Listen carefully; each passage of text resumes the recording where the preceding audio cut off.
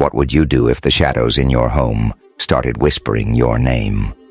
At first, you'd dismiss it as a trick of the mind, an overactive imagination. But what happens when they won't stop? When they want something you can't give? Moving into my own flat was supposed to be a fresh start. At 29, I'd finally saved enough to get out of my parents' house and into a place I could call my own. The building wasn't glamorous. It was old, a little run down, and smelled faintly of mildew, but it was mine. The flat itself was small, just one bedroom, a kitchen, and a cramped bathroom, but it had character. High ceilings, original hardwood floors, and big bay windows that let in a surprising amount of light during the day. I told myself it would be perfect, even if it felt off. I couldn't quite put my finger on it, but from the moment I moved in, the air in the flat felt heavy, like it was pressing down on me. Still, I was too excited to care. I unpacked my things, ordered a celebratory pizza, and spent my first night binge-watching old horror films. Ironically, I never thought I'd be living in one. It started on the third night. I was brushing my teeth before bed when I heard it. A faint, raspy whisper. At first I thought it was the wind slipping through the cracks in the old window frame. But then I heard it again. Clearer this time. Stay. I froze, my toothbrush halfway to my mouth. The whisper had come from behind me, from the direction of the living room. "Hello?" I called out, my voice trembling. No answer.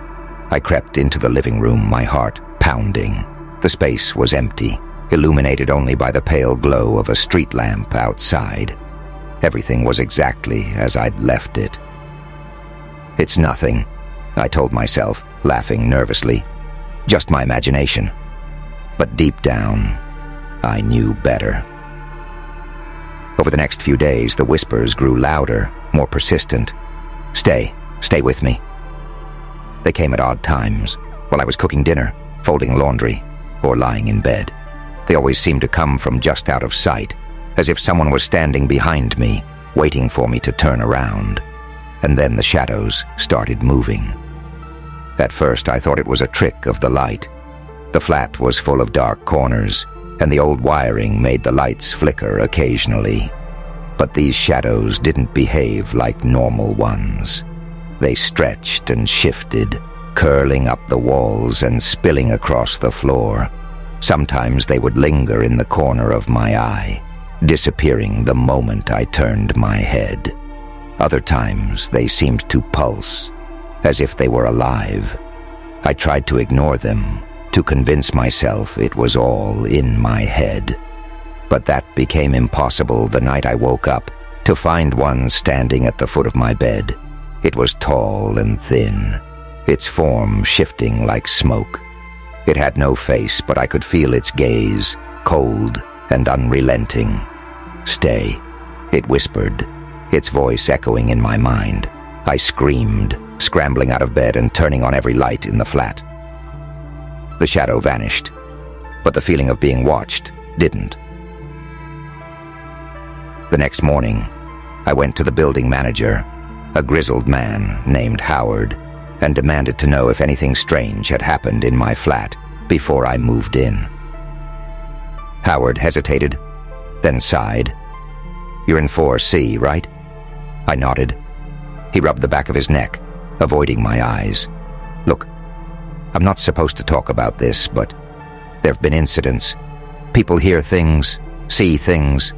The last guy who lived there." "What had happened to him?" I asked, my stomach sinking. Howard's face darkened.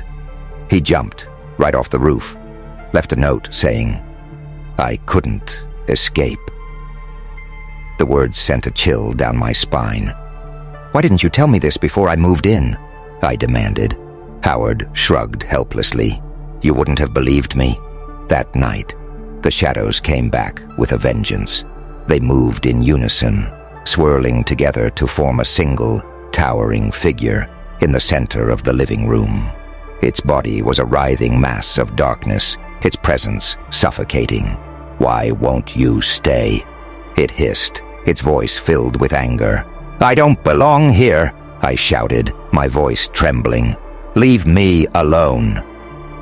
The figure lunged toward me, its smoky tendrils wrapping around my arms and legs. The cold was unbearable, seeping into my bones. I struggled, but the shadow's grip tightened. And then I heard it, a chorus of voices whispering from all around me. "Stay with us, forever." In that moment, I realized the shadow wasn't alone. It was part of something bigger, something ancient and malevolent. Desperate to escape, I broke free and ran. The whispers followed me, growing louder with every step. "Stay. Stay with us." I found myself on the roof. The city spread out before me. The wind howled, but it couldn't drown out the whispers. The shadow was there, rising from the ground like a living nightmare. Its tendrils reached toward me, pulling me closer to the edge. "Jump," it commanded, its voice cold and commanding. For a moment I felt myself leaning forward, the pull too strong to resist.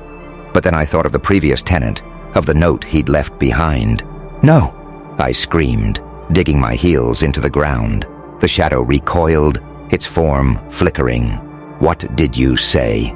it demanded. I said, "No." I repeated, louder this time. "You don't control me." The shadow let out an ear-piercing scream, and for a moment it seemed to dissolve. But as I turned to leave, I heard it again, faint and distant. "You can't escape." I moved out the next day, leaving the flat and its horrors behind. But even now I can't escape it. Sometimes late at night, I still hear the whispers. Stay. Did this story leave you breathless? Subscribe to Shadow Stories for more chilling tales that will haunt your dreams. New stories every week. Don't miss out.